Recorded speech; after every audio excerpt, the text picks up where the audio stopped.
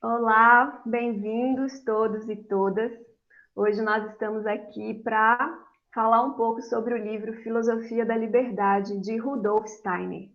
Nós temos um grupo que começou o estudo desse livro via WhatsApp em agosto do ano passado. Então, nós ouvimos os áudios deste livro, tivemos um primeiro encontro online, onde a gente estudou a primeira parte do livro, que vai os primeiros 7 capítulos, e hoje nós estamos aqui para começar essa segunda parte, tá? E provavelmente nós vamos ter uma terceira parte para conseguir fechar o livro. Então, o Rudolf Steiner, vou agora começar a falar um pouco no contexto da apresentação mesmo, e se tiver qualquer dúvida em qualquer momento, vocês, por favor, coloquem para mim no chat, tá? Se por um acaso eu não tiver visto a pergunta, eu demoro um pouquinho, mas eu vou fazer assim, sempre quando eu terminar um capítulo, eu dou uma pausazinha, vejo se tem perguntas no chat e no final a gente abre o microfone para esclarecimentos que sejam melhor por voz, tá bom? Então,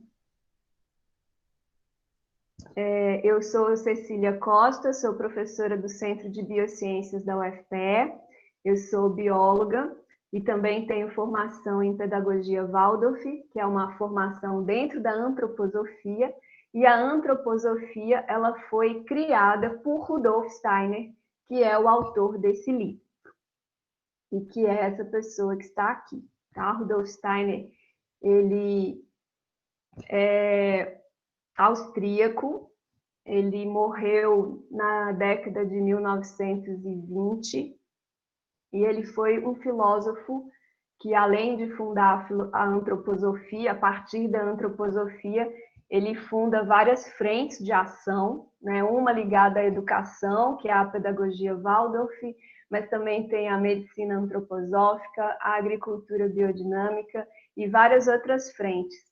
E ele faz todo esse movimento porque ele traz uma base teórica que vocês vão entender hoje, né? Esse livro Filosofia da Liberdade é um dos pilares de todo o trabalho que ele vai fazer posteriormente, tá? Então é uma obra realmente bem importante para a gente compreender os avanços da antroposofia e de onde é que vem todo esse arcabouço teórico.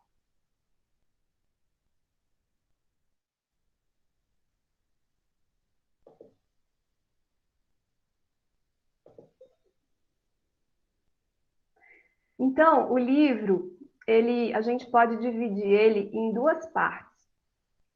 Uma parte que são porque ele está baseado em duas perguntas norteadoras, né? A primeira pergunta norteadora é se é possível conhecer a realidade. Então, a primeira parte do livro, que a gente já teve uma aula anterior, foi sobre essa pergunta: é possível conhecer a realidade? E a outra parte, que a gente vai aprofundar hoje, é sobre se o ser humano pode ser livre em seu pensar e em seu agir. Então, são duas perguntas bem motivadoras, né? E para a gente compreender o contexto dessa primeira pergunta, é possível conhecer a realidade? Eu vou ter que explicar um pouquinho, porque é uma pergunta que muitas vezes a gente não se faz, né? A gente olha para o mundo, vê as coisas, e para a gente isso é a realidade. Só que, desde Descartes, né, 1500 e pouco, Descartes já colocou isso em xeque, né? Porque ele pensou o seguinte: como que eu sei se essa aula que eu estou dando agora é real? Porque tantas vezes eu penso que estou fazendo alguma coisa, mas na realidade eu estou só sonhando, e eu pensei que estava fazendo, mas não estava, meu corpo estava lá inerte e eu estava sonhando. Então, se eu já fui enganado uma vez, eu posso ser enganado outras vezes. Como saber o que de fato é real? E aí, Descartes ele faz uma série de meditações, né, para tentar resolver essa questão. E aí, uma das meditações que ele faz ele tenta ir tirando todas as coisas que ele pode desconfiar, né? Então, se eu desconfio desse momento agora, eu não posso levar em consideração que o som que eu estou ouvindo realmente é real, que a imagem que eu estou vendo é real, que aquilo que eu estou tateando seja real. Eu tenho que desconfiar de tudo isso, não é mesmo? Porque tudo isso aconteceria num sonho também. Então, o Descartes ele começa a tirar tudo que ele pode desconfiar para ver se sobra alguma coisa. E aí, quando ele vai tirando todas, né, essas portas da percepção, tira o som, tira a visão, tira o tato, vai tirando tudo, tudo, tudo. Aí fica só a parte de dentro, mas tira as sensações que eu estou sentindo aqui no meu corpo, tira. E aí, no final, o que que sobra? E aí o Descartes descobriu que no final o que sobra é um ser que pensa. Por isso aquela frase clássica, penso, logo existo. Então, se tem um ser pensante, se tem um ser que está pensando sobre tudo isso, que se auto-percebe, né? Então isso é a realidade que não pode ser colocada em xeque. Então, para Descartes, essa é a base para começar a se construir um conhecimento. E aí, então, a gente pode ver aqui por essa primeira figura que a gente vai ter o quê? A gente tem um âmbito das crenças, né? Coisas que a gente acredita, e tem um âmbito aqui que é da verdade. E a gente sabe que tem muitas crenças que não são verdadeiras, né? E aí, quando você tem essa junção entre crença e verdade, ou seja, nesse espaço aqui a gente tem as crenças verdadeiras. Mas nem todas as crenças verdadeiras são conhecimento. Por quê? Para uma coisa ser considerada conhecimento, ela tem que ser uma crença verdadeira e tem que ser justificada. A gente tem que ter uma explicação, não basta ser simplesmente uma crença verdadeira. Então, aí é que está o âmbito do conhecimento, né, da gente poder conhecer a realidade. Então, nessa primeira pergunta, o Steiner vai trazer para a gente, vou falar agora, né, de uma forma bem rápida o que ele concluiu, mas antes disso eu quero trazer para vocês as questões preliminares dessa obra, né, para vocês compreenderem melhor. Então, o que são as questões preliminares? É importante vocês saberem que o Steiner nasceu na Áustria, mas depois ele foi para a Alemanha, viveu boa parte na Alemanha, depois também na Suíça.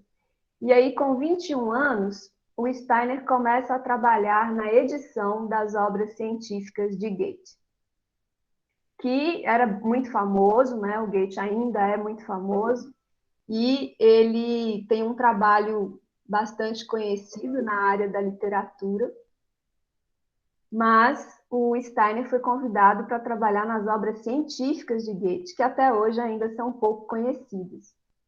E isso deu para ele, então, uma possibilidade de se aprofundar no método que Goethe usou, que é um método diferente do que a ciência usa.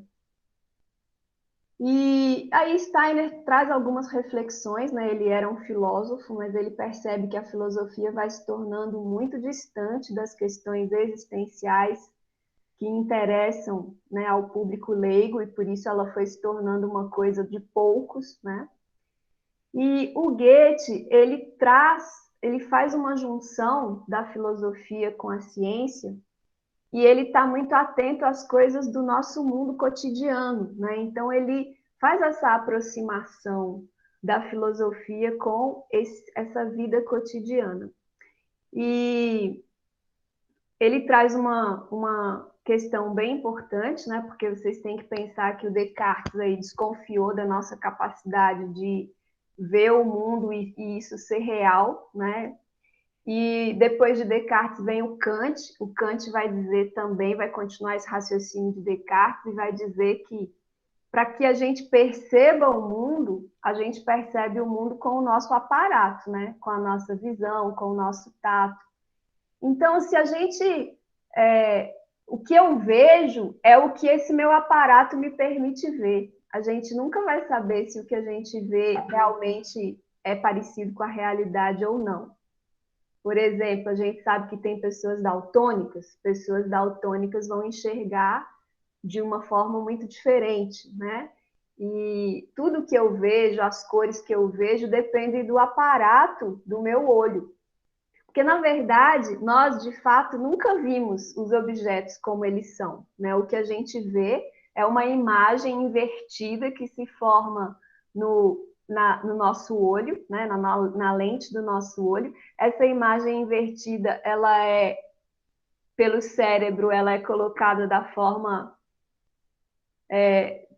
normal de novo, né?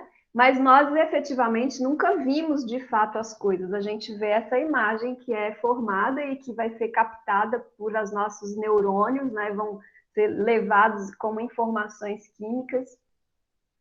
E por isso, né, por causa do fato do sujeito ter essa influência toda na percepção, é que o Kant e o Descartes vão desconfiar da realidade das coisas. E o Goethe não vai ir por essa linha, né? Depois de Goethe vem Hegel também, que não, Hegel é um contemporâneo de Goethe, e eles diferenciam dessa linha, mas por algum motivo Kant vem logo depois e as pessoas passaram a seguir Kant.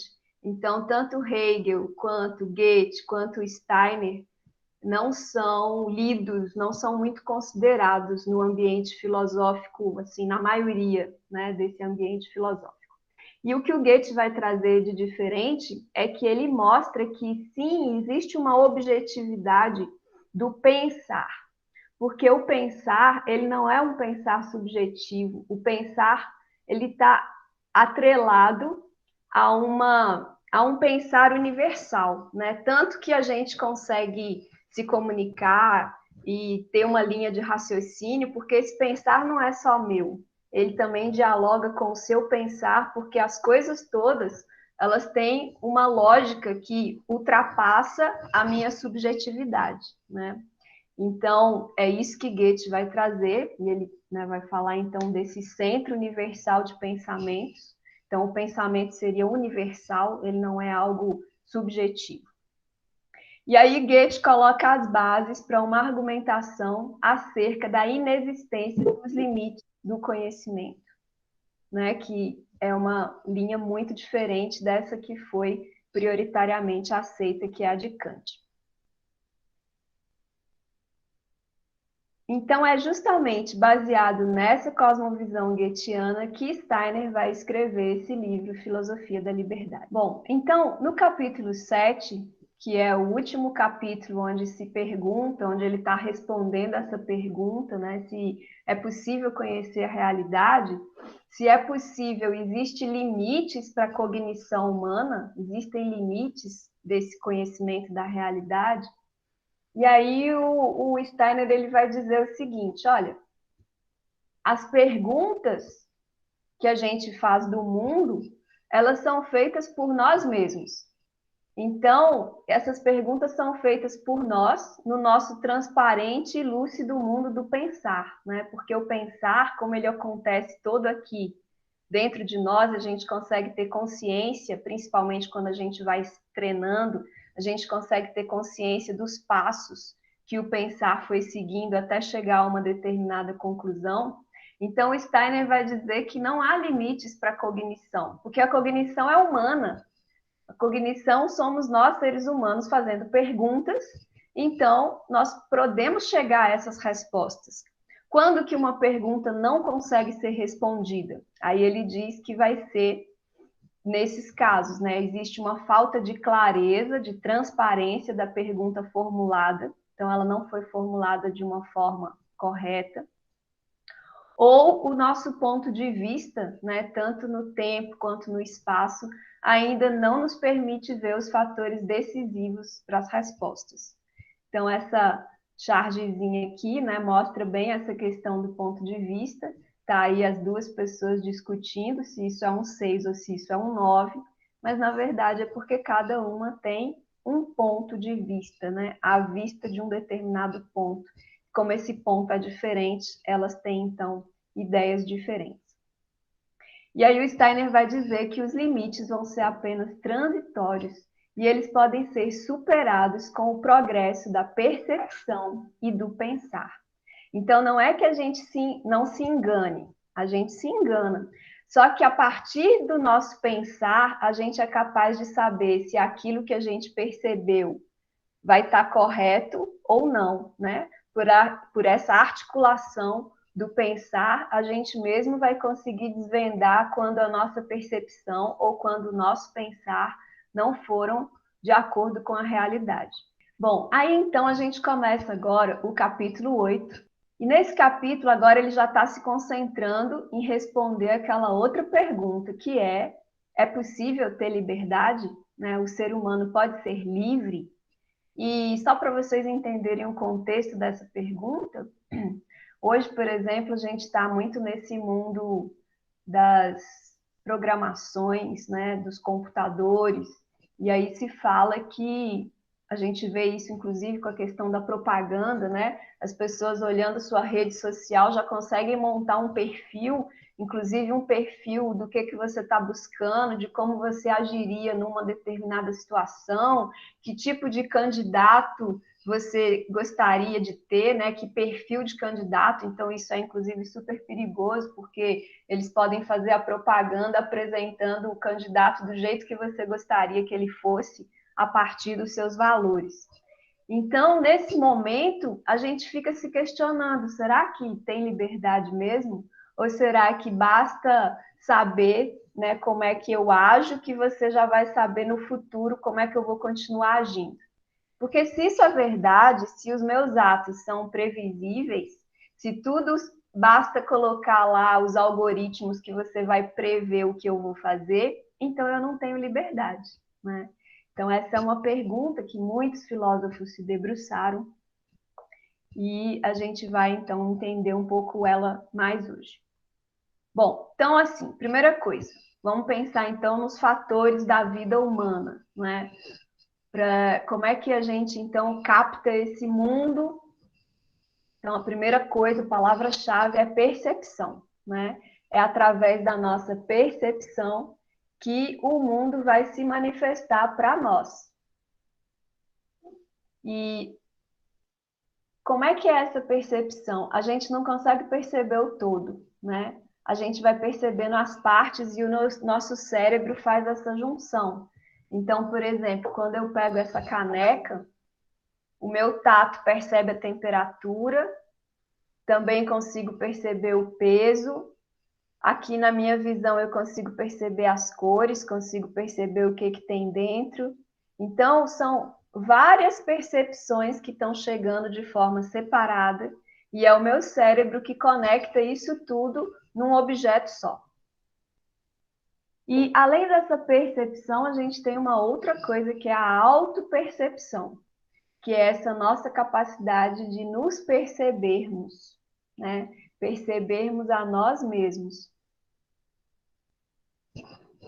Então, a gente vai associando diferentes percepções e somamos as percepções externas à nossa própria personalidade, né? Então, a gente vai sendo produzido ativamente. Porque hoje, se eu perguntar para você quem você é, com certeza você vai se definir a partir de vários aspectos externos que você traz para a sua personalidade e vai criando essa personalidade com esse conjunto, né, de fatores externos. Alguns você não identifica como parte da sua personalidade e outros sim. Então, é um processo ativo de formação dessa própria personalidade. Muito bem. Então, vamos agora perguntar: o que é a base para a apreensão da realidade? E aí tem essas figurinhas. Essa base é o pensar, é a partir do pensar que a gente consegue apreender a realidade? Ou é a partir do sentir? Ou é a partir da ação, né, do tato, do fazer, que a gente consegue captar a realidade? Então, vão ter filósofos que vão argumentar para cada uma dessas coisas. Eu acho que fica mais ou menos claro, né, para muita gente que o pensar vai ser muito importante, porque é através do pensar, por exemplo, que a gente consegue descobrir que uma coisa é ilusória, né? Por exemplo, vocês quando olham para a Lua, veem a Lua mais ou menos desse tamanho ou desse tamanho, né? Depende de onde você está vendo, que horas você está vendo. Mas nenhum de nós acredita que a Lua seja desse tamanho. Por quê? Porque através do pensar, a gente descobriu uma série de coisas que nos fazem ter certeza de que a Lua é muito maior, né? Que ela está muito distante, e é por causa da distância que a gente vê ela de tamanho reduzido. Então, eu acho que nenhum de nós duvida que o pensar é bem importante para que a gente possa, de fato, captar a realidade. Mas também vão ter filósofos que vão dizer que o sentir. O realista ingênuo é aquela pessoa que acha que aquilo que ela vê, do jeito que ela vê, é que é o real, né? Essa era a forma como o ser humano primeiro percebia o mundo, depois é que foi colocando isso em xeque. Então, o realista ingênuo considera o sentir como mais real para a personalidade do que o pensar. Mas o sentimento se revela completamente apenas através da complementação conceitual necessária, né, para se perceber qualquer coisa. Então, quando você sente, é porque você já fez um processo mental que você nem percebe, mas você já fez, né? Você não tem um sentimento de ódio, de amor, de compaixão, que nasce sem o processo da cognição. O processo da cognição é anterior. Então, por isso que a gente está aqui defendendo que o pensar é o fator prioritário. E vão ter também as pessoas que vão dizer que o mais básico para se captar a realidade vai ser a vontade, o querer, né? Porque ela é muito instantânea. A gente vê uma coisa, nem pensou sobre aquilo e já tem instantaneamente um impulso de fazer alguma coisa, principalmente quando a gente fala dos, né, por exemplo, fome, né? Essas questões mais básicas da vida, a gente tem um impulso muito rápido, antes sequer de pensar. Por isso que alguns filósofos vão considerar que seria a vontade o processo mais real, né? Porque não há uma mediação. Então, a gente continua com a sua pergunta. Mas o que é, então, a base para a apreensão da realidade? O sentir, será que a gente pode dizer que aquilo que a gente sente é que fala sobre a realidade do mundo? Difícil, né? Porque se eu mostrar para vocês um objeto, perguntar o que você sente quando você vê o celular tocar. Aí um vai dizer, eu sinto alegria porque tem alguém querendo falar comigo. O outro vai dizer assim, eu sinto antipatia porque é mais uma pessoa para me encher a paciência, né? Então, o sentir, ele vai falar muito pouco sobre a realidade. Por quê? Porque ele é muito subjetivo, né? Ele é muito individualizado. Então, ele diz sobre como é a relação do mundo externo para com o nosso sujeito, né? Ao ver esse objeto celular, eu estabeleço uma relação com ele, mas é uma relação muito individualizada.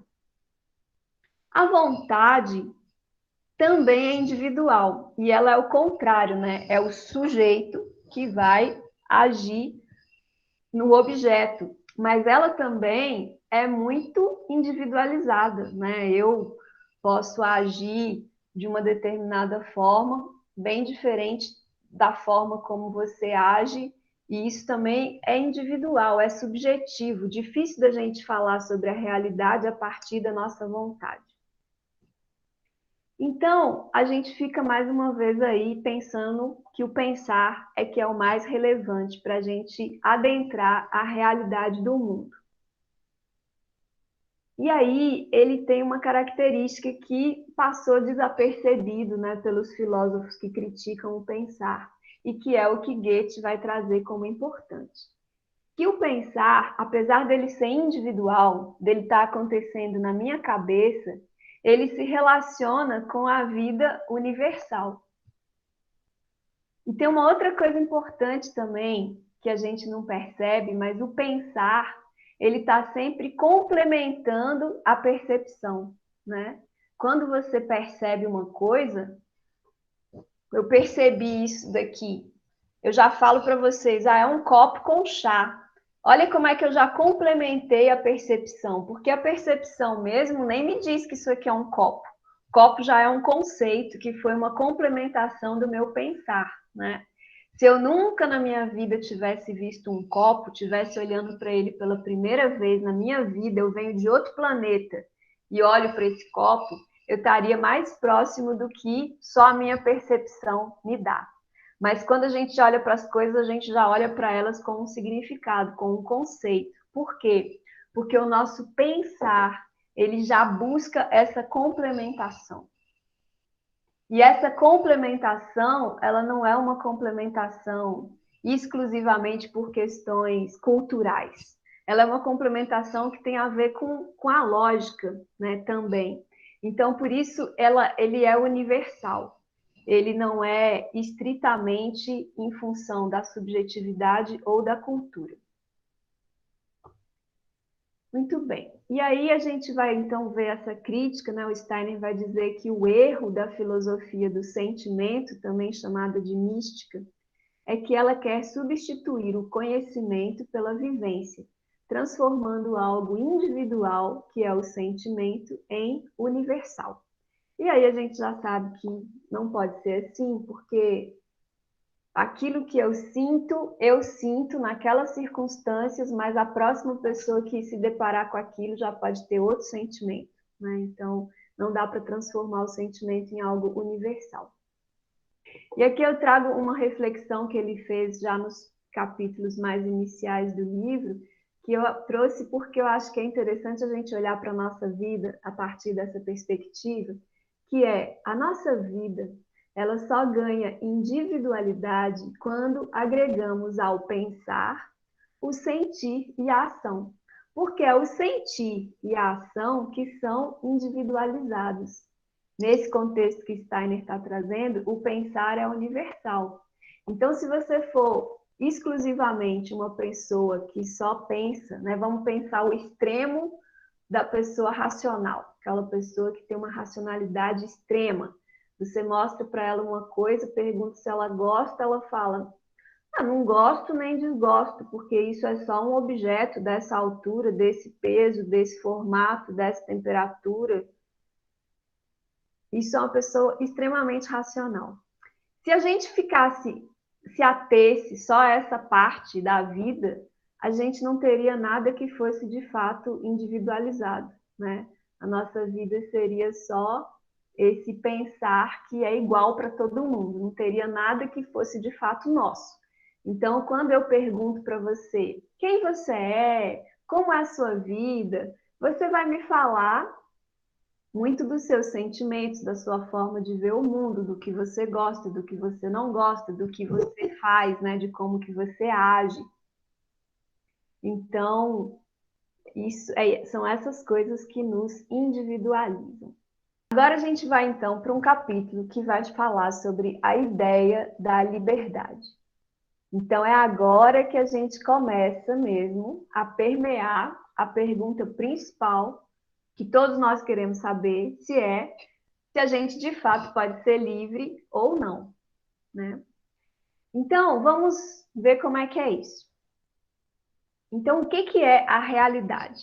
A partir dessa perspectiva trazida pelo Goethe, a realidade, ela pode sim ser acessada a partir da percepção mais o conceito, né? O conceito é aquele que a gente viu que, a partir de um aprofundamento pensante daquilo que a gente percebe, nós conseguimos formular um conceito, né? Através do ato cognitivo mesmo, a gente percebe algo e consegue formular um conceito.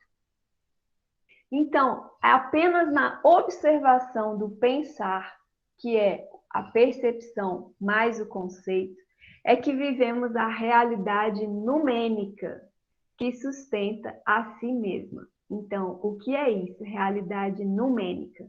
É importante aqui vocês saberem que, a partir de Kant, o nome fenomênica, realidade fenomênica, foi atribuído ao mundo tal qual eu o vejo, né? Então, nem é realidade, é o mundo como ele aparece para mim.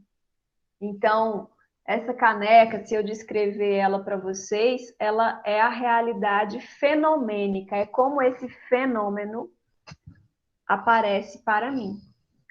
Mas, e a coisa em si?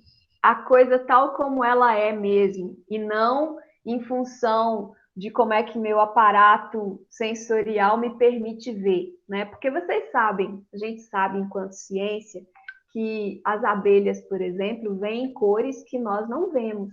Então, fica claro que a realidade é diferente para mim, diferente para a abelha, né? A realidade mesmo é uma outra coisa que nem é eu que vejo, nem é a abelha que vê. Cada um de nós vai ter as suas limitações. A gente sabe, por exemplo, que os cães escutam sons que a gente não escuta.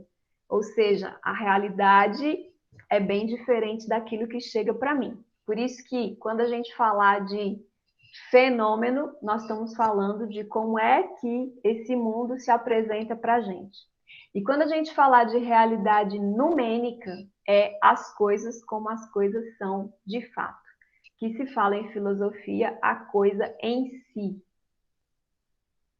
Bom, então, o que o Steiner está defendendo, né, junto com o Goethe, é que é na observação do pensar, que junta a percepção mais o conceito, que a gente consegue viver a realidade numênica. Então, observando o pensar, podemos chegar à compreensão dos aspectos espirituais da realidade, da forma como inicialmente se apresentam ao ser humano, tá? E aí, então, nossa, como assim aspectos espirituais da realidade?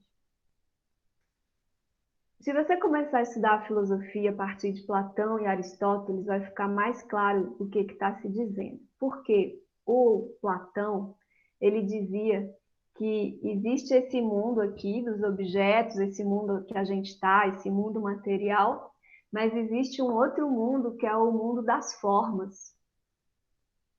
E a gente só pode reconhecer as coisas aqui, saber que um círculo, como é um círculo, saber o que é liberdade, o que é amor, porque a gente já teve contato com essas coisas no mundo espiritual, né? E esse mundo espiritual, o que que ele é? É o mundo das formas. Esse mundo das formas, ele já foi vivenciado por mim, né? Isso que o Platão trazia. E aí depois, Aristóteles vai trazer que forma e matéria estão sempre fundidas e uma não existe sem a outra, e então para de se pensar nessa ideia de um mundo das formas. Mas não é esse lugar que está falando o Steiner e o Goethe. Eles estão dizendo, sim, que a gente poderia chegar nos aspectos espirituais da realidade, que seriam esse mundo da forma. E aí, então, a gente vai ver aqui, ó, esse esqueminha aqui do lado. A gente tem o objeto, né, o objeto real que está aí no mundo. Esse objeto chega através de mim pela minha percepção, né? Os meus canais de percepção são os meus sentidos. E aí, então, a partir do pensar, percepção mais pensar, eu vou formular um conjunto de conceitos, eu vou ver no meu arcabouço conceitual, tem lá um conjunto de conceitos e eu vou captar aquele que tem a ver com o objeto que eu percebi. E aí eu vou formular um conceito para esse objeto que foi percebido. E aí é assim que a gente vai olhando para o mundo e vendo um monte de coisas, né? Porque a gente vai fazendo essa formulação. Então, continuando aqui, essa realidade que é essas duas coisas junto, a percepção mais o conceito, né, que chegou, esse produto do pensar, ele não é mera imagem sem realidade, mas ele é sim algo real, é uma realidade espiritual fundamentada em si mesma. Então, o Steiner está trazendo isso porque ele está dizendo que quando a gente, né, se a gente for aqui fazer uma meditação e depois quem quiser aprofundar, nós temos uma sala virtual no Google e nessa sala tem os áudios do livro e tem inclusive uma meditação guiada que é para a gente começar a perceber esse pensar em nós, né?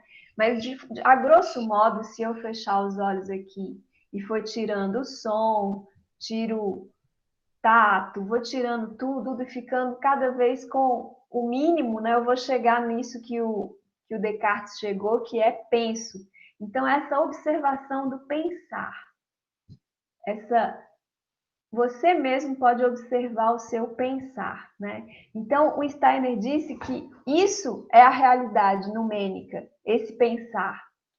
E aí, a partir disso, a gente tem um ponto de partida sólido para poder olhar para as coisas do mundo, né? Porque a gente tem aí um lugar que é a realidade numênica, a realidade mesmo das coisas, que é a partir do nosso pensar. Então, essa realidade numênica, essa realidade que está aí fora de nós, ela vai chegar para nós a partir da intuição. O que é essa intuição? É uma experiência consciente de um conteúdo que é puramente espiritual. O que eu quero dizer com isso? Ele é um conteúdo que ele não está permeado na matéria. Ele é um conteúdo só do mundo das formas. Porque tudo que vocês enxergarem aqui no nosso mundo está junto, forma com matéria. Tudo. Mas forma junto com matéria qual é a essência da forma? É difícil a gente saber a essência, porque tudo que está na matéria muda constantemente. Então, como é que eu vou captar o que de fato é a essência de alguma coisa, né? A essência é aquilo que define a coisa em si, se tudo está mudando o tempo inteiro. Mas por que está mudando? É porque está na matéria. Tudo que a matéria ela está sujeita, né, às forças da deterioração e de várias outras forças, então ela está sempre mudando. Mas e se não fosse assim? Se eu pudesse ver a essência disso, a essência é justamente aquilo que não muda, aquilo que permanece. Como é que seria? Então é essa essência que tem a ver com essa realidade numênica e que o Steiner e o Goethe vão dizer que a gente vai chegar a isso através da intuição. Só através da intuição é possível entender a essência do pensar. E depois vai ficar mais claro para vocês um pouco o que é essa intuição. Então, aí o Steiner vai dizer assim, o corpo, ele não influi na essência do pensar. Eu falei para vocês que tudo que está na matéria, a matéria está influenciando, mas aí o Steiner vai dizer que, nesse caso, o corpo não influi na essência do pensar. Porque o pensar, ele está lá na sua essência, ele tem a sua essência independente do corpo, é a mesma essência. Agora, a gente pode pensar isso aqui em termos, né, bem esquemático. Aqui está o corpo, em vermelho, e aqui em verde está esse pensar universal, né? Esse pensar que o Goethe, que o Steiner chamou de pensar universal, onde cada pessoa pode captar ideias desse pensar universal. E capta isso como? Através da intuição. O nosso eu, ele também está nesse pensar universal. O pensar universal, ele abarca todas as coisas que já existiram e que existem, inclusive o nosso eu. Nosso eu está no pensar universal. Só que, se a essência do eu não muda com o corpo, para que serve isso, né? A gente está aqui no corpo, por quê? Porque a única forma da gente ter autoconsciência é quando o pensar está agindo a partir do corpo. Essa é a única forma da gente ter autoconsciência. Então, essa consciência do eu, ela é possível a partir dessa conjunção do pensar com o corpo.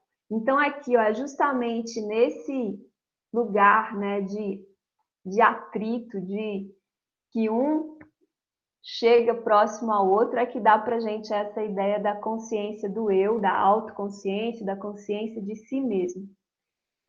E para a nossa ciência atualmente, ela é uma ciência que acredita, porque vou só trazer um contexto para vocês que a gente trouxe na primeira metade do livro, que existe a corrente filosófica que se chama dualista, que foi a que começa a partir de Descartes, que ele vai dizer assim: existe o corpo, que é matéria, e existe o espírito, e o pensar, né? O pensar tem a ver com esse mundo espiritual.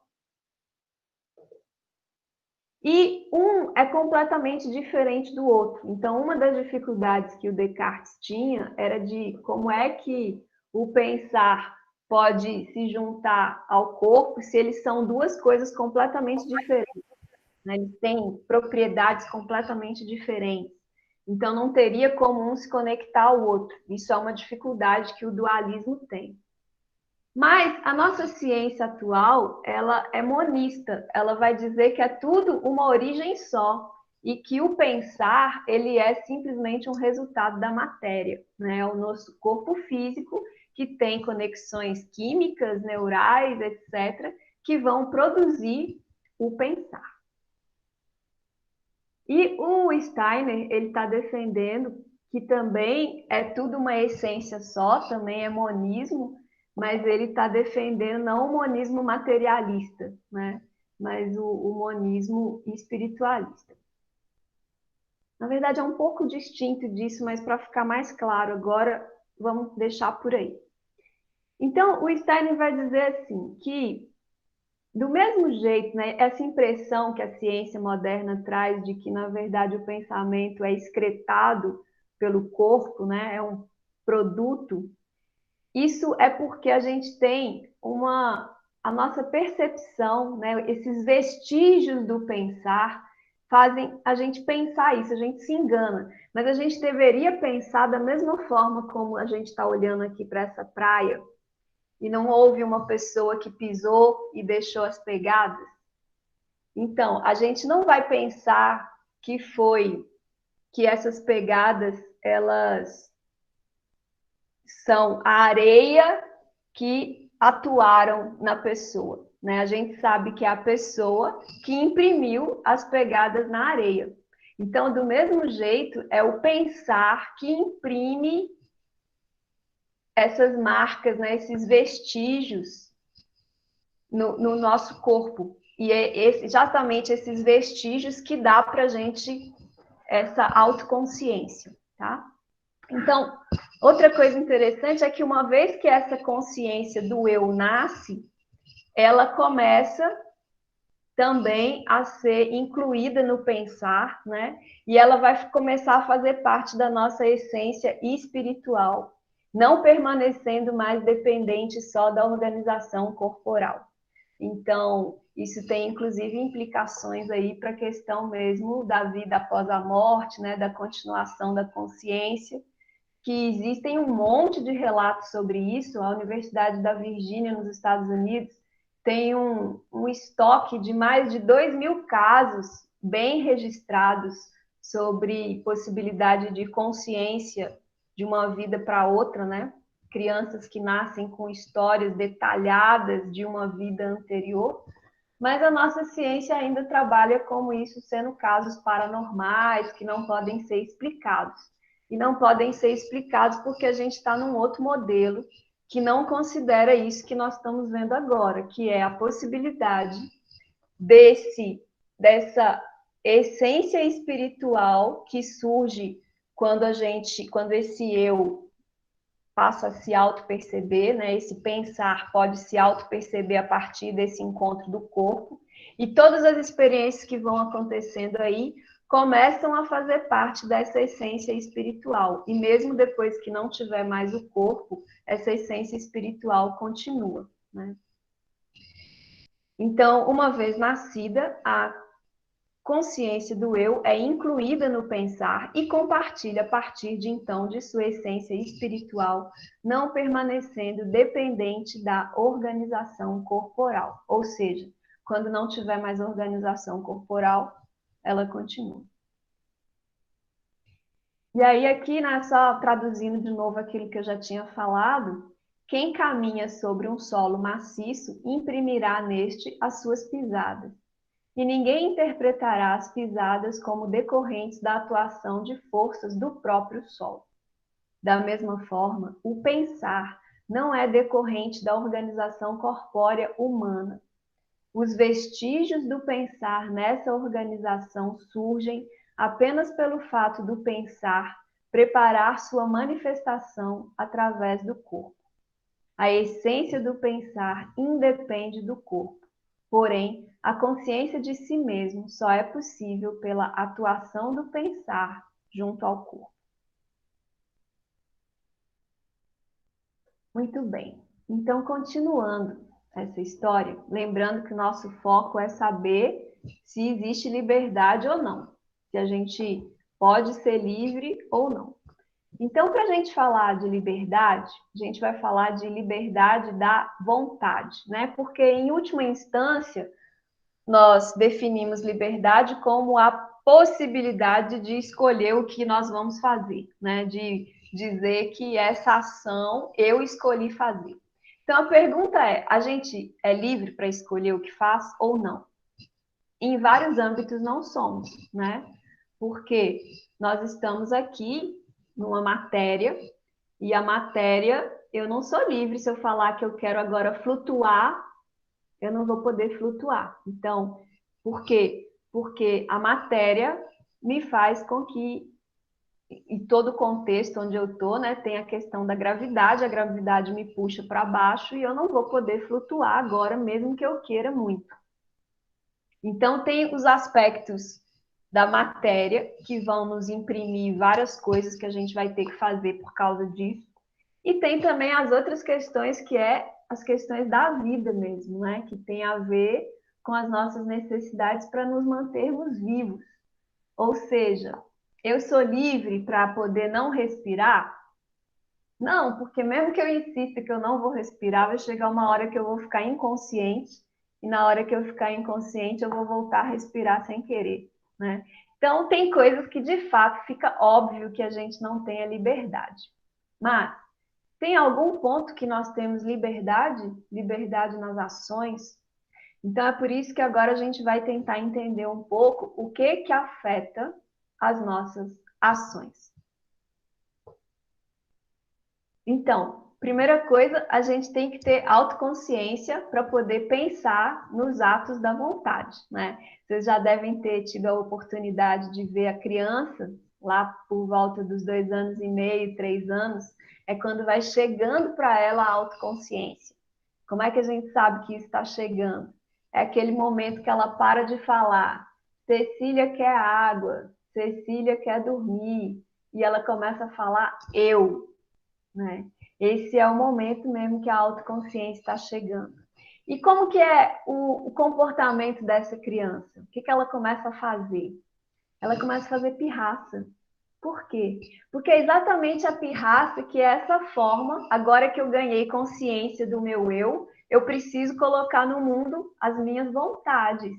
Então, é justamente quando eu falo para ela, não pega esse livro, e ela pega o livro, é que ela está fazendo esse exercício de atos da vontade, né? Então, essa vontade, ela pode ser livre? Em algum âmbito existe vontade livre? Então, a gente vai ver agora que a vontade ela vai depender de duas coisas importantes. Os motivos, que é aquilo que é a causa momentânea do meu agir, né? Por exemplo, bebi água. A causa momentânea é que eu estava com sede, ou minha garganta estava coçando. Mas também existe outras que tem a ver com as minhas disposições caracterológicas. Isso tem a ver, disposições caracterológicas, eu usei o termo que o Steiner trouxe, que ele pegou de um outro filósofo, mas a gente, para falar isso de uma forma bem simples, são as nossas disposições individuais, aquilo que é particular nosso. Então, vamos supor que eu tivesse pensado em beber água, mas intelectualmente eu tivesse algumas informações que me dissessem que depois de falar não é bom tomar água fria, porque isso vai causar um problema assim, assim, e aí eu poderia não ter ido para a ação, poderia ter o motivo, estou com sede, mas eu não vou beber água porque eu tenho essas ideias, esses conceitos do meu mundo intelectual, de coisas que eu li. E também, nesse meu mundo subjetivo, eu também tenho sentimentos de agrado ou de desagrado. Então, eu poderia, por exemplo, pensar: eu estou com sede, mas eu não vou beber porque esse copo estava sujo e a água ficou com um gosto ruim, então eu não vou beber, né? Então, são essas duas coisas que vão determinar se a gente vai, de fato, fazer alguma coisa, se a gente vai para a ação. Os motivos para fazer aquilo, né? Esses motivos que é essa causa imediata, essa causa momentânea do meu agir, e tem o que ele chama de força motriz, que são causas mais permanentes do meu agir.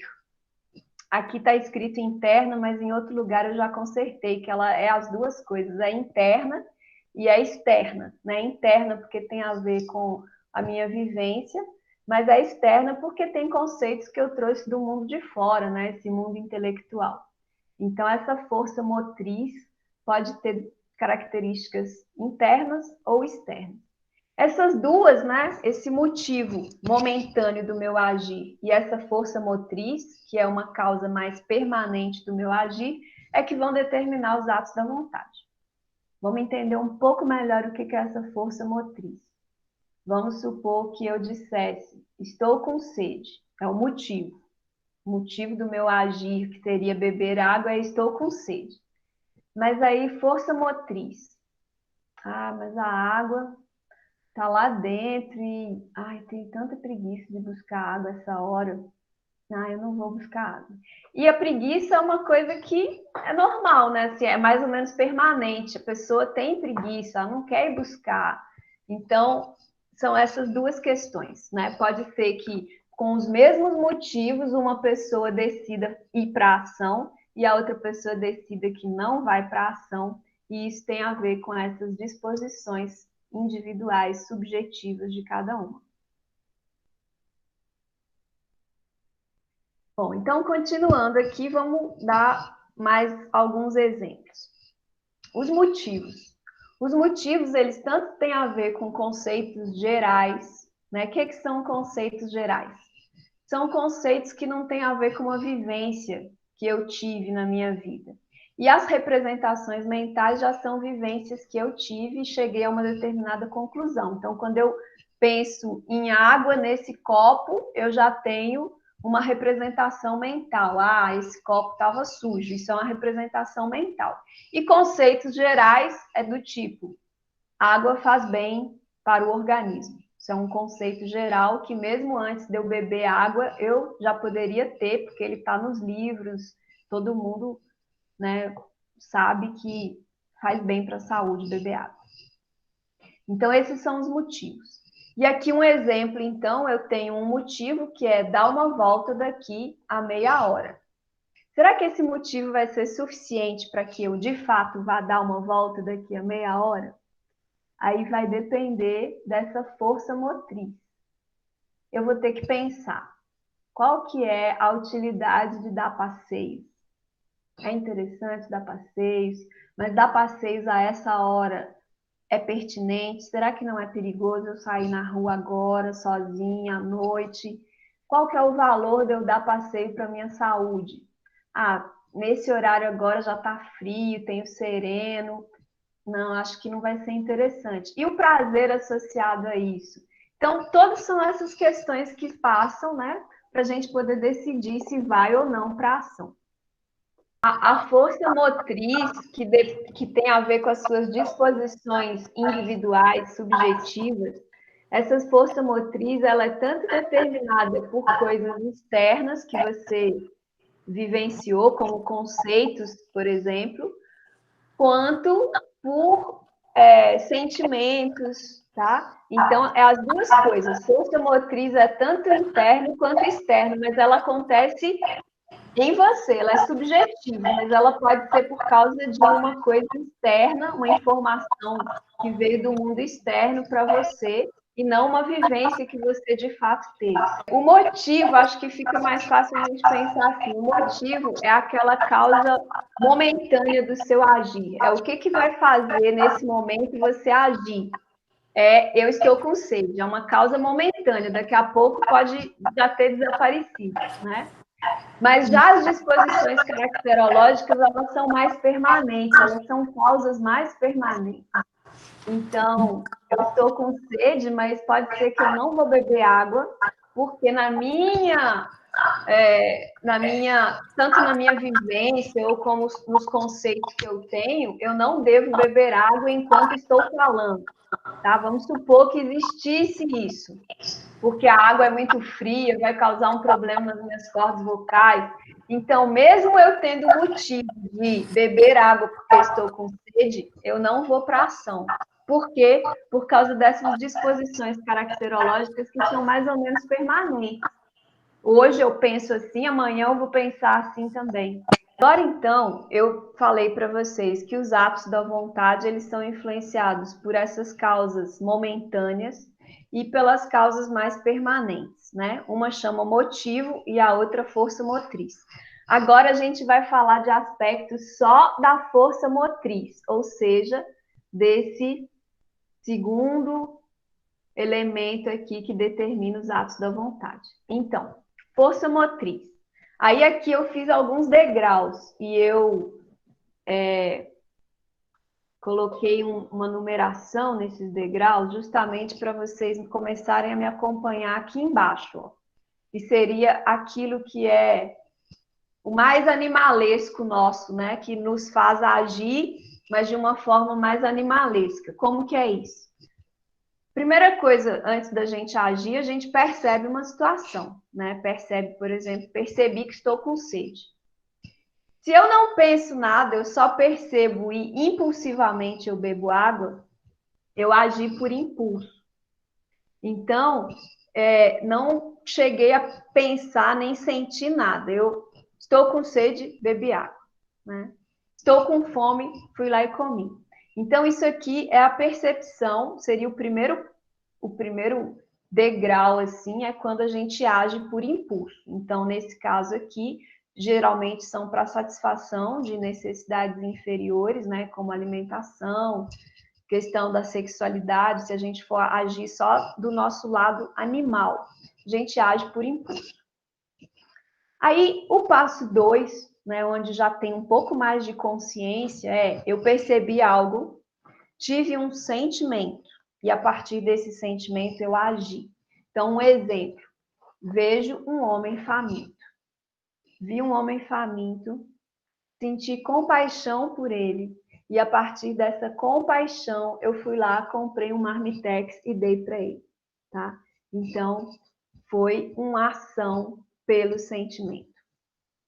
Aí, um terceiro degrau, que é um nível ainda maior de consciência, que pode, inclusive, estar o sentir junto também, ou pode estar só a percepção e o pensar, eu percebi algo, eu penso, eu uso também o intelecto. Qual que é a diferença do pensar e do intelecto? O intelecto já é a capacidade de formar representações, né? Imagens daquilo acontecendo, enquanto que o pensar pode estar lidando só com conceitos mais gerais que eu não estou vendo acontecer, e as representações é a capacidade de eu formar uma imagem daquilo acontecendo. Então, eu percebo, penso, e aí eu vou, então, agir. E à medida que eu vou tendo uma experiência prática na minha vida, e vai acontecendo uma determinada coisa algumas vezes, pode ser que eu já começo a agir quase que por impulso, né? Porque eu já sei que aquilo é daquele jeito e eu vou agir, então, daquela forma. Mas nesse caso aqui, esse vai ser um caso especial que a gente vai falar daqui a pouco, Mas, por enquanto, a gente está ainda usando o nosso pensar. A gente percebeu, a gente pensou, e aí a gente chegou a uma ação pela razão. A ação foi: irei estudar para conseguir um bom emprego, tá? Então, chegamos a essa ação. Essa ação vai nos demorar muitos dias, vou estudar várias horas em vários dias, porque o meu pensar me diz que essa é a melhor coisa a ser feita. Aí, então, a gente vai para um grau superior, que o Steiner vai chamar de grau supremo da vida individual, que é o pensar puro. Como é o pensar puro? Ele é um pensar de conceitos universais por intuição conceitual. Então, é como se a gente captasse essa ideia direto lá desse centro universal do pensar. Lembra daquele círculo que eu fiz, o círculo do pensar, e o eu está lá dentro do círculo do pensar. Como se o eu tivesse tido acesso a esse círculo maior do pensar, foi lá e intuiu uma ideia. Mas é um conceito universal por quê? Porque não tinha a ver com uma experiência aqui no mundo da matéria. Tinha a ver com um conceito, uma ideia universal. Então, quando a gente consegue esse pensar puro, né, é que ele vai dizer que é o grau supremo da vida individual. E aí, então, o que vai ser a nossa ação? Não deu nem para dar para vocês aqui uma situação, né? Nos outros casos eu dei um exemplo, irei estudar, tal. Nesse caso, como é uma ação por intuição, eu não posso te dizer o que vai ser feito, porque a força motriz, ela pode ser diferente a cada momento, ela não é previamente definida. Essa intuição que foi captada, ela pode mudar a cada momento. Então, é interessante perceber que não vai virar uma coisa automatizada. Sempre que acontece isso, eu faço isso. Não, porque você está acessando da intuição. Então, cada dia pode ser diferente. E aí, então, quando a gente, nesse caso aqui, começa a sempre fazer uma coisa de um determinado jeito, né? Por exemplo, você percebe uma determinada pessoa. Aquela pessoa te dá um sentimento, por exemplo, um sentimento de antipatia. Aí você, quando tem esse sentimento de antipatia, resolve se afastar, ou faz de conta que não viu, nem cumprimenta. E aí, com o passar do tempo, isso pode virar sua forma de agir. E aí o nome disso é tato social. A gente pode pensar também de outra forma, né? Você vê uma pessoa com uma expressão feliz e isso te atrai, e aí você passa a demonstrar também felicidade para que você atraia mais pessoas, e isso vira uma forma de ser, né? Então, é o que ele está chamando de tato social. É algo que vai recorrentemente começar a acontecer a partir dessa percepção ligada com o sentimento. E a outra coisa é a experiência prática, que é a percepção ligada com o pensar. Você já passou por várias situações em que uma determinada coisa acontece e você chega à conclusão que é melhor agir dessa forma. Então, isso seria experiência prática. Ações que você vai repetindo baseada num modelo que você teve no passado, né? Você repete essas ações no futuro. Então, é interessante perceber que tanto o tato moral quanto a experiência prática, com o passar do tempo, elas vão se incorporar a nossas disposições caracterológicas, né? Vão se incorporar a essa nossa personalidade, a essa nossa subjetividade. E aí levando para aquele aspecto, né, de que esse eu, essa consciência do eu, ela pode sair nessa personalidade espiritual, ela pode estar não necessariamente associada com a matéria, então é importante pensar que essa personalidade espiritual ela pode, né, levar consigo essas características do tato moral e da experiência prática. Muito bem. Isso tem um lado positivo, né? Talvez isso dê para a gente a habilidade de lidar com várias situações, mas nesse âmbito da liberdade, isso é complicado. Por quê? Porque a gente começa a agir sem pensar ou sem avaliar o que a gente está sentindo. Isso nos impede, inclusive, de ter as intuições, porque é um caminho que a gente já está sempre acostumado a fazer daquele jeito. Então, a gente, como se a gente fechasse esse campo de acessar a intuição, que a nossa vida ela se torna burocratizada, sempre da mesma forma, a mesma ação. E muitas vezes é isso que acontece com o envelhecer, né? Não necessariamente, mas muitas vezes, se a gente não faz esse caminho de autoconhecimento, de autoeducação, a gente vai burocratizando várias áreas da nossa vida, né? A gente vai implicando com o marido, com a esposa, porque a gente acha que ele sempre faz de tal jeito, é sempre dessa forma, isso sempre me irrita. E a gente, então, vai perdendo essa possibilidade de agir por intuição. Então, seguindo aqui, quando a gente age determinado por um conceito que nos foi dado através das percepções, nós estamos sendo influenciados indiretamente pela percepção, que é alguma coisa subjetiva, né? Esse é o perigo. Toda vez que a gente age porque a gente tem uma representação, uma imagem na nossa mente de todas as vezes que eu como tal coisa me dá uma indigestão. Isso já está na minha mente daquele jeito. Então, isso é uma percepção, não é uma realidade, isso é uma subjetividade. Não dá de fato para saber se a realidade desse alimento, a essência desse alimento é trazer azia para alguém, né? Porque a gente foi permeado, essa conclusão chegou para a gente a partir de coisas que têm a ver com a nossa percepção. Então, como o próprio Kant já tinha percebido, tudo que chega para nós a partir da percepção tem uma parte de subjetividade. E a gente não vai saber o que de fato é a coisa, a gente só vai saber o que a gente consegue captar, né, do fenômeno. A gente só tem o fenômeno e não a coisa em si. Esse é o argumento do Kant. Mas o argumento do Steiner, ele concorda com Kant, isso é verdade, mas a força motriz que impulsiona a ação a partir da intuição conceitual, ela não pertence à subjetividade, pois ela é o resultado do conteúdo ideal e, consequentemente, universal do pensar, né? Então, todas as vezes que a gente capta essa intuição conceitual, ela é universal. E a gente, de fato, está chegando na realidade numênica, né, das coisas. Muito bem. Então, até o momento, a gente tinha avaliado a parte das disposições caracterológicas. Agora a gente vai ir para outra parte da equação, que é os motivos, né? O que influencia, então, os atos da vontade.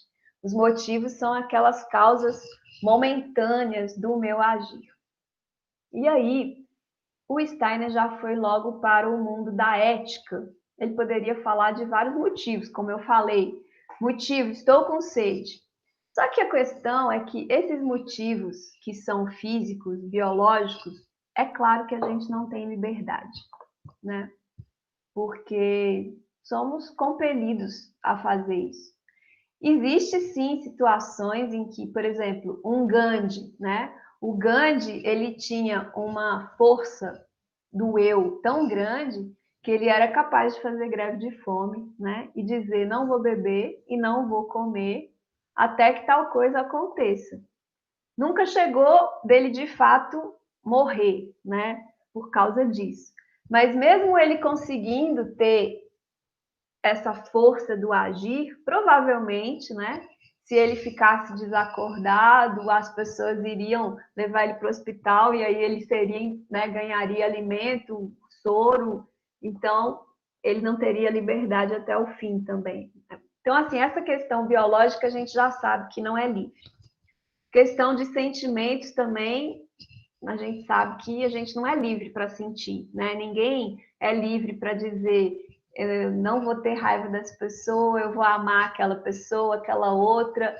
Não esse amor, né, que a gente ganha, a gente pode até construir isso, mas esse que chega para a gente, não é a gente que tem liberdade, né, de dizer vou ter antipatia ou vou ter simpatia por alguém. O sentimento, a gente não é livre. Então, o que sobra? Sobra o âmbito da ética, né? O âmbito do que a gente constrói enquanto cultura, e aí a gente vai direto para o âmbito da ética, que seria algo mais superior, né? Ações humanas superiores, aquelas que seriam as mais nobres. Então, quais são os motivos das ações que são impulsionados pela ética? A ética é uma coisa que a gente constrói, ela não é dada biologicamente. Muito bem, então um motivo poderia ser a meta do bem-estar pessoal ou do bem-estar alheio. E aí, então, o Steiner vai trazer alguns conceitozinhos, né? Que o egoísmo seria aquilo onde a gente quer o máximo prazer para nós mesmos. O egoísmo radical é aquele que eu quero o meu bem-estar a todo custo, inclusive se isso for prejudicar outras pessoas.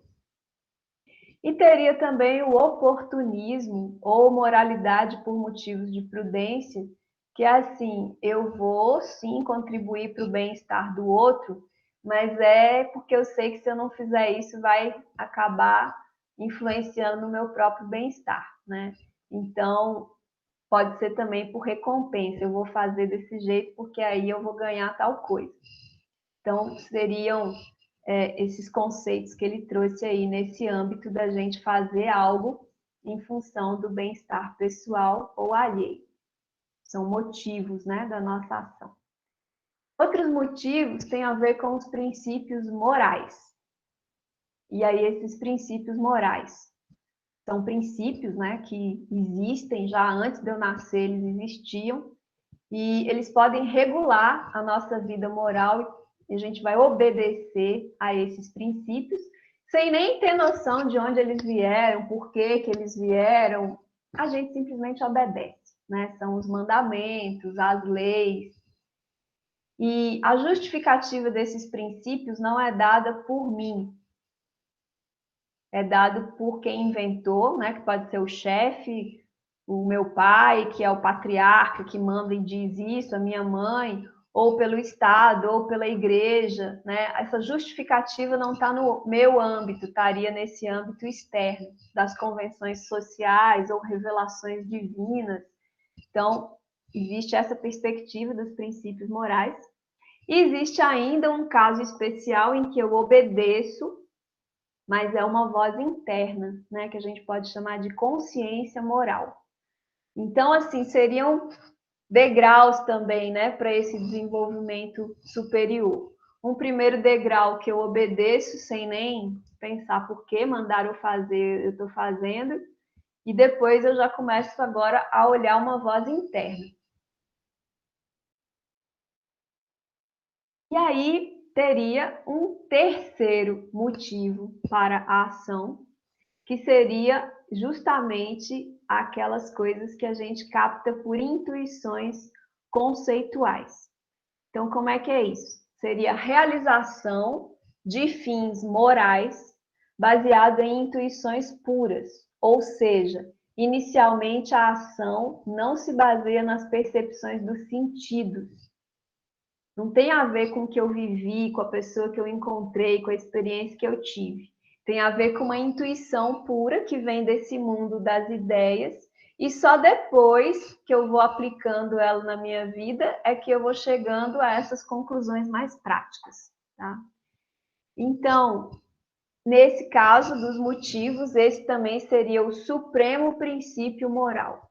É aquele que a gente faz não porque está escrito na lei, não porque eu estou avaliando o meu bem-estar, o bem-estar do outro, se é, né, se vai me dar alguma recompensa, mas porque eu tive uma intuição de que é isso que precisa ser feito. E aí, então, a gente vai aqui caminhando numa moral autoritária, né, onde eu obedeço regras, aí vai havendo um progresso ético até um momento em que eu tenho uma moral baseada no entendimento ético. E essa moral baseada em entendimento, eu posso sim pôr em prática as metas do bem-estar pessoal ou alheio, mas agora não é mais porque alguém mandou ou porque eu estou vendo quais são os meus benefícios que eu vou receber, mas simplesmente porque eu cheguei à conclusão que é isso que eu vou fazer, né? É um entendimento ético, não é mais uma pressão externa, nem uma questão de vantagens que eu vou ganhar.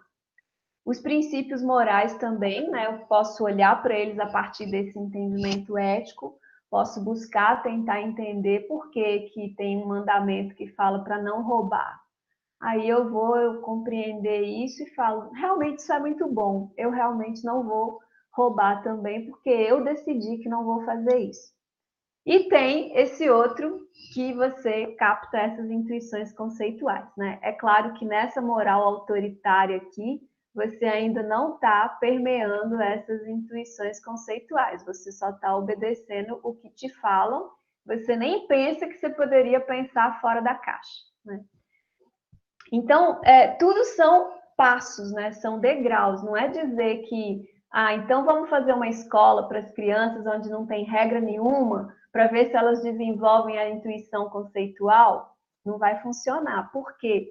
São passos. A gente primeiro tem que aprender a obedecer regras, para depois começar a questionar essas regras, depois perceber que, mas você não sabe que de fato elas eram boas, né? A gente faz isso ao longo do nosso processo de vida. Primeiro a gente obedece os pais, obedece os professores, depois a gente questiona, quando a gente vira adolescente, começa a questionar, e depois a gente, às vezes, começa a fazer de forma diferente, até que a gente chega à conclusão que aquela era uma regra boa, e aí a gente começa a aplicar na nossa casa também, né? Então, seria o caso da gente ter feito aqui o passo 1 e o passo 2 a partir desse entendimento ético. Aqui, então, eu estou juntando novamente esses dois aspectos que impulsionam a ação, que é os motivos, que são as causas momentâneas, e as disposições caracterológicas, que são essas causas mais permanentes do meu agir. E aí, eu estou pegando o que foi o grau supremo lá que o Steiner falou de cada uma, né? No caso dos motivos, foi justamente quando a gente tem as intuições conceituais. No caso das disposições caracterológicas, foi o que ele chamou de pensar puro ou razão prática. Mas o fato é que as duas são coisas que eu capto por intuição desse mundo do pensar universal, então elas coincidem, né?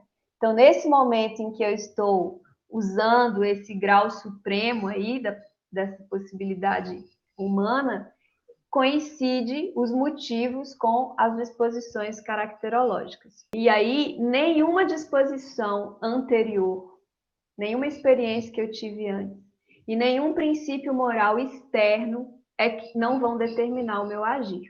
Meu agir não é determinado por eles. O meu agir é determinado por intuição. Então, hoje eu posso fazer de uma forma e amanhã eu posso fazer de uma outra forma numa mesma situação. E aí, quais são os pré-requisitos para isso? Pré-requisito, a gente tem que ter a capacidade para ter essas intuições no âmbito da moral, né? Porque é claro que existe N possibilidades de ideias para eu captar desse mundo do pensar. Mas eu preciso aí estar antenada para captar essas intuições morais. E aí, quem não desenvolveu essa faculdade ainda, não alcançará um agir verdadeiramente individual. E aí, aquela pergunta, e aí, o ser humano é livre ou não é livre, né? Então, assim, para a gente poder dizer que a gente é livre, a gente tem que ser capaz de fazer algo que seja de fato individual, e não algo que outras pessoas vão estar fazendo também, e eu faço porque o outro faz, eu faço porque a lei disse que é para fazer. Eu preciso fazer algo que seja realmente individual. E para eu fazer isso, eu preciso ter chegado nessa capacidade de intuir as coisas e de chegar às coisas por mim mesmo e não por forças externas, né? Por leis, etc. E o Steiner fala disso a partir da ética, e é bem interessante, porque ele está contrapondo Kant, mais uma vez, porque o Kant ele faz alguns trabalhos sobre a ética e ele chega à seguinte conclusão: haja de tal forma que você possa querer que os princípios das suas ações valham para todos. Então, para o Kant, né, para você saber assim, por exemplo, será que se a pessoa me der o troco errado e eu não contar para ela que veio a mais, isso é ético ou não? Aí o Kant vai falar assim: imagina que todas as pessoas do mundo fizessem isso, recebessem um dinheiro e não contassem que receberam a mais. O que ia virar o mundo, né? Então se essa ação não funciona para todo mundo, então ela não funciona para mim também. E aí o Steiner vai ser bem crítico quanto a isso, porque ele fala que isso é a morte de todo o ímpeto individual. Então, se para eu poder determinar o meu agir, eu tenho que colocar isso numa formulinha que todo mundo vai chegar à mesma conclusão, eu não tenho liberdade, né? Eu estou agindo por uma força externa, uma conclusão externa. Então, o que interessa não é que todos façam, mas sim o que eu devo fazer frente a uma determinada situação. Então, assim, pegando esse exemplo do troco, vamos supor que naquele dia a conclusão que eu cheguei é que exatamente com aquele dinheiro que veio a mais eu ia comprar uma coisa para a pessoa que estava passando fome ali na minha frente. Eu cheguei à conclusão que essa seria a forma melhor de eu fazer, né? Então, isso te dá a possibilidade de agir de forma diferente cada vez. E aí é isso que o Steiner vai chamar de individualismo ético. Você está, sim, comprometido com a ética, mas não é uma ética coletiva, não é uma ética igual para todo mundo. É uma ética que você, dentro da sua individualidade, determina o que precisa ser feito.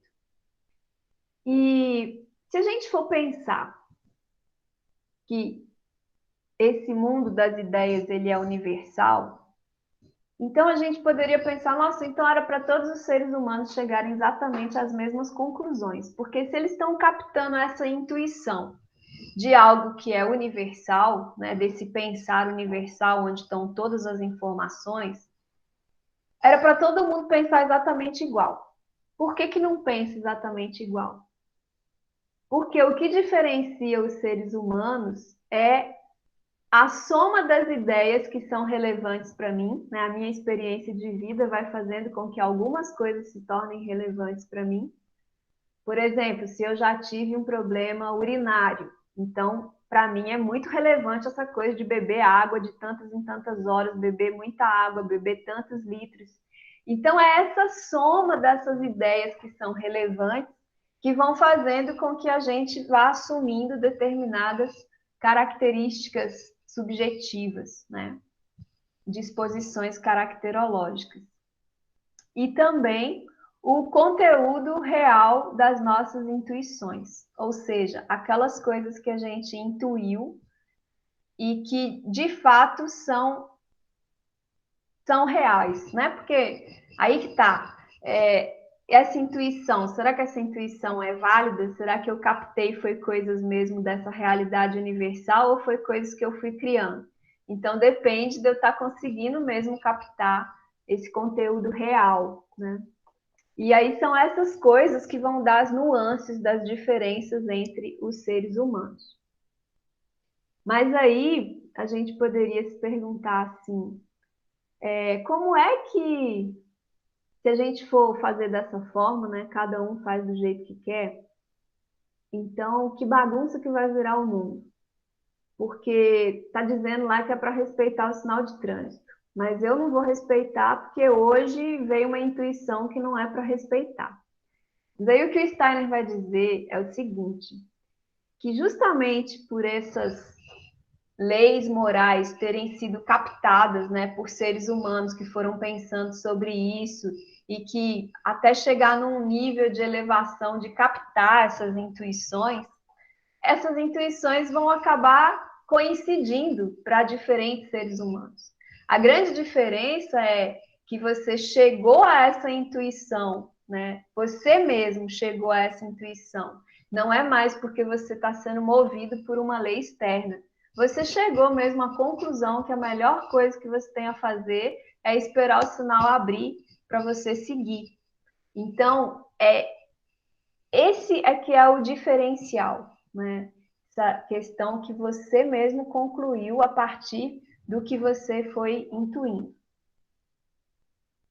E aí a pergunta, então, como que uma ação humana vai se originar de uma vontade ética? Aí isso é para a gente olhar para as nossas ações, né? E se perguntar, será que a minha ação ela está refletindo uma vontade ética?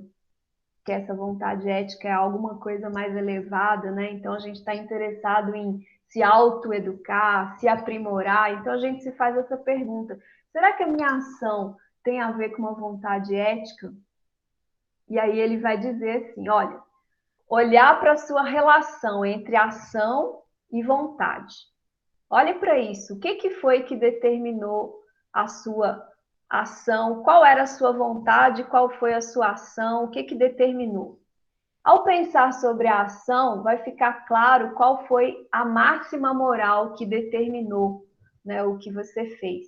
E a máxima da minha ação, dessa ação nobre, ela está vinculada ao amor pelo objetivo que eu pretendo realizar. Não é pelo resultado, se isso vai me dar benefício, se isso vai ser bom financeiramente, etc. Mas é o amor que eu tenho por fazer isso, né? O amor que eu tenho por esse objetivo ir ser feito. E eu também não vou consultar as pessoas para saber se eu devo ou não fazer dessa forma, porque é uma coisa interna, né? Minha individualidade é que descobre esse amor por esse objetivo. E apenas seguindo o meu amor à ação é que sou eu quem ajo.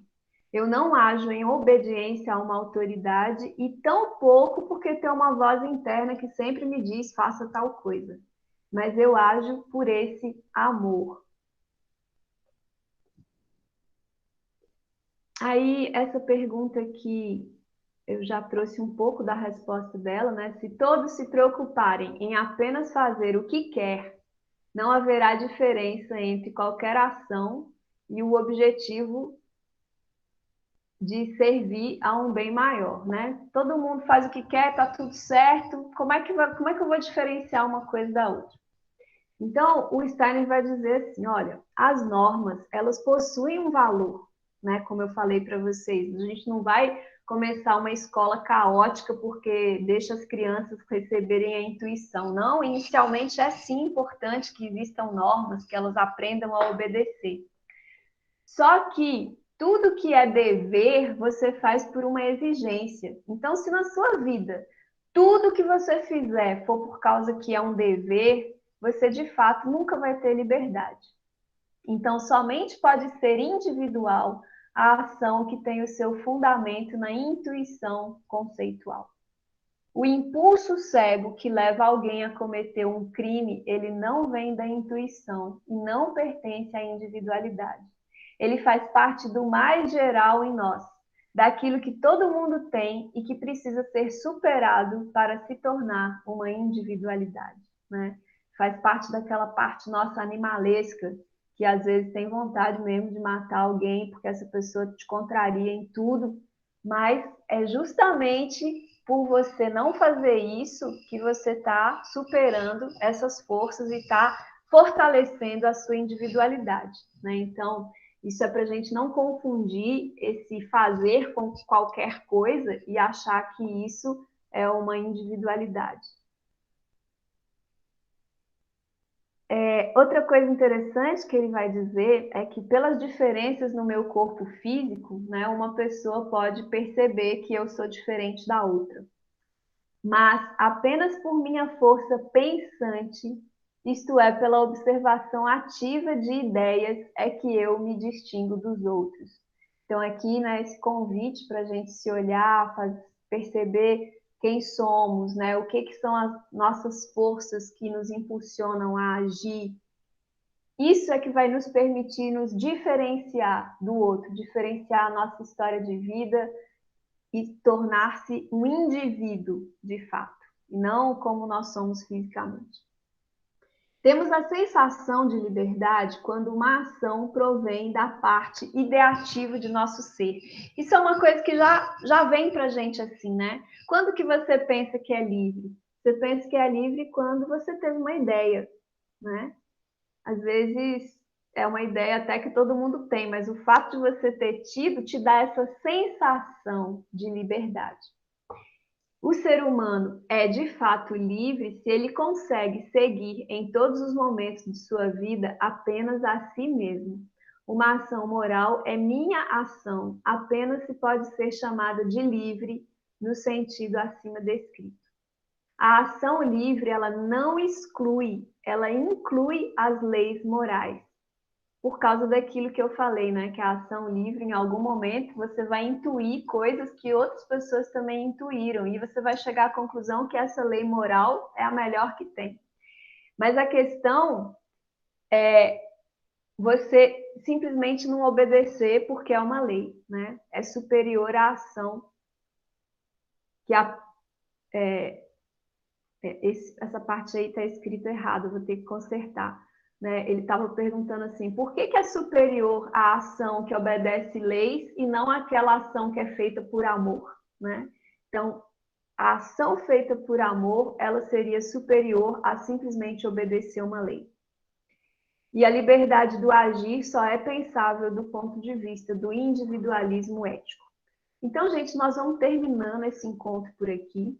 Eu só queria chamar a atenção, que isso, né, do amor, para a gente não confundir esse amor com esse sentimento que a gente, às vezes, não sabe direito, né, por quê, quando é que vem, quando é que não vem.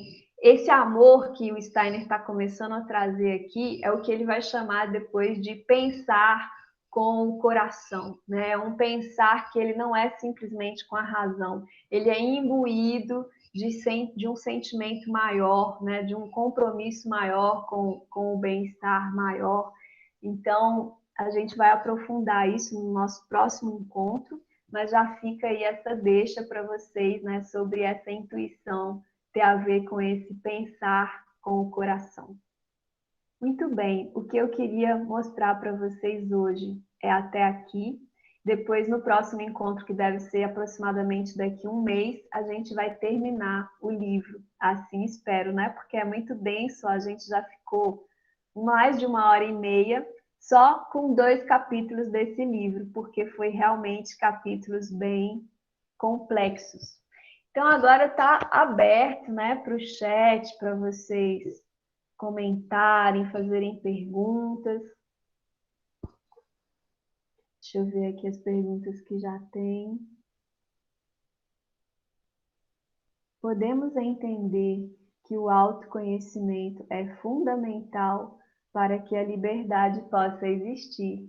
Sim, Cleise. Isso mesmo. Esse autoconhecimento é fundamental. Olha só o Helder chegando agora. Helder, você está chegando bem no finalzinho. A gente acabou a apresentação agora e eu comecei aqui a responder as perguntas. Então, a Cleise chegou a uma conclusão interessante, né? Autoconhecimento é fundamental para que a liberdade possa existir. O que vocês acham? Se a gente não se conhece, a gente nem se pergunta o que de fato eu gostaria de fazer, por que eu obedeço a essa regra.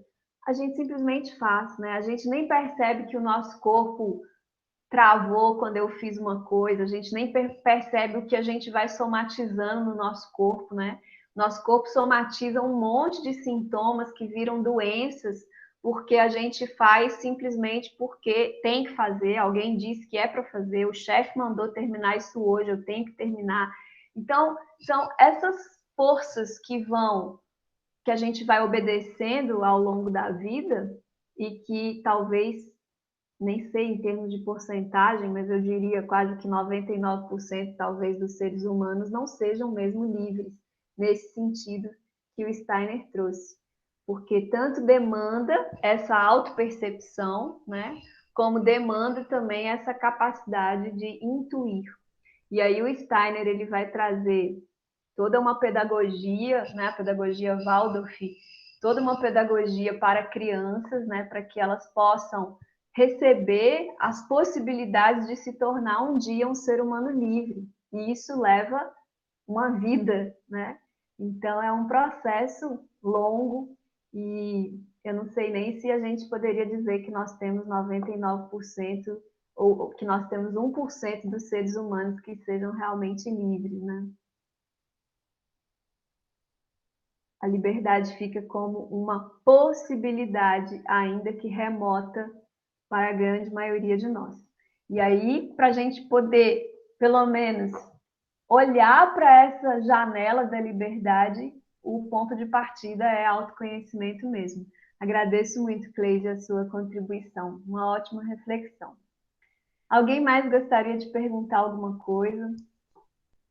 Ou também não precisa ser perguntar, né? Pode ser vocês mesmos abram o microfone e façam as suas considerações. É possível ser livre em alguns aspectos da vida apenas. Sim, exatamente. Provavelmente, se a gente fizer esse caminho, né, de autoconsciência muito bem feito, esse processo de autoeducação, a gente vai conseguir ter alguns atos livres ao longo da nossa vida, né?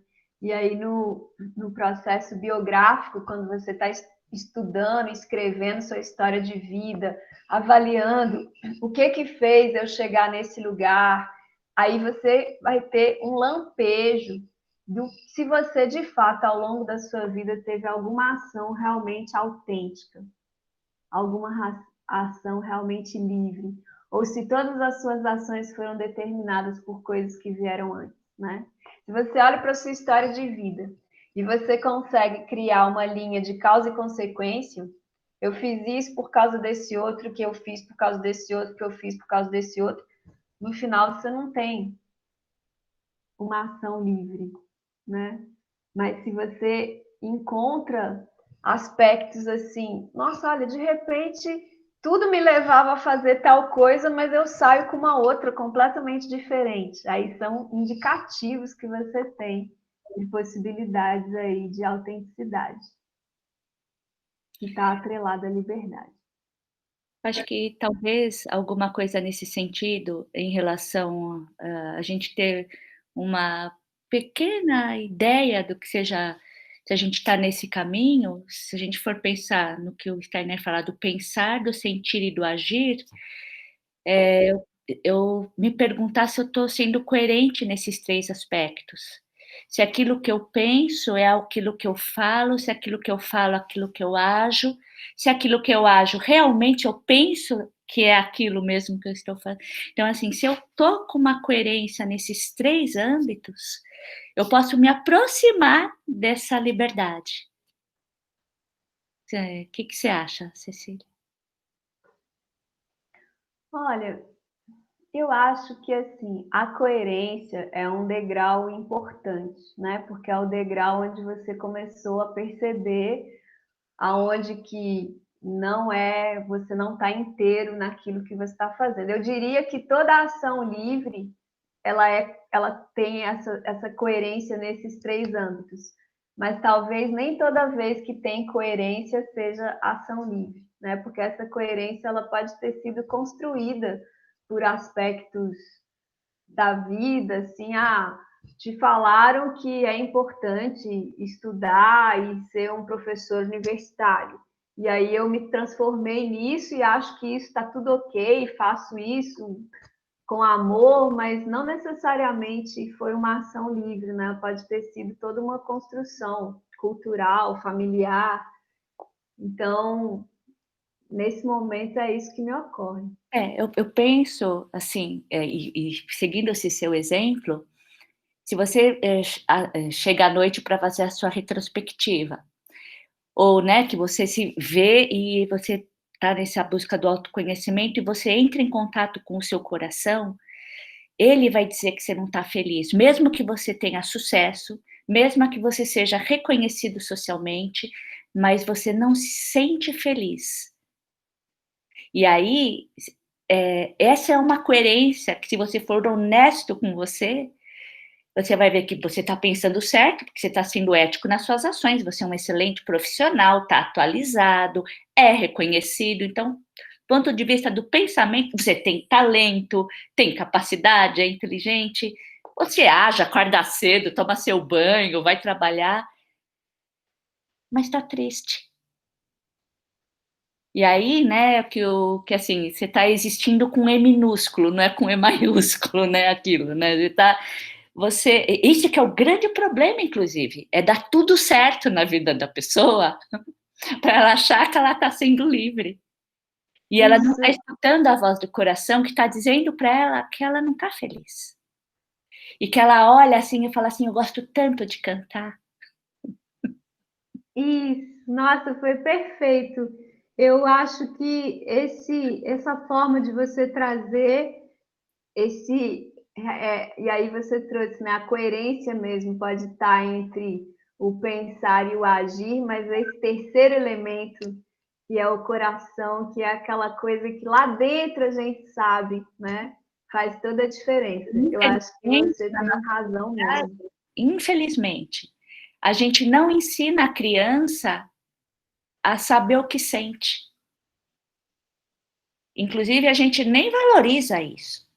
Então, a gente não aprende que a gente tem que entender o que a gente sente e valorizar. Então, a gente sempre deixa meio de lado e não entra em contato. Se não entra em contato, não existe. Isso. É, A gente pode ter a impressão que está coerente, mas é só porque a gente realmente não está entrando em contato, por isso né? que o autoconhecimento, E né? em alguns momentos da vida, né, por volta, por exemplo, dos 42 anos, onde tem a crise da autenticidade, né? Aquele momento da vida que você se pergunta, mas o que que eu estou fazendo que realmente é a minha marca, é o meu legado? O que que é que eu estou fazendo com o que eu queria mesmo? E aí, às vezes você começa a tocar que não está tendo essa coerência, mas isso traz uma tristeza, traz uma E depressão, aí traz a você grande vai. chance, né, também, né? Oi? E traz a grande chance também. E traz a grande chance, né?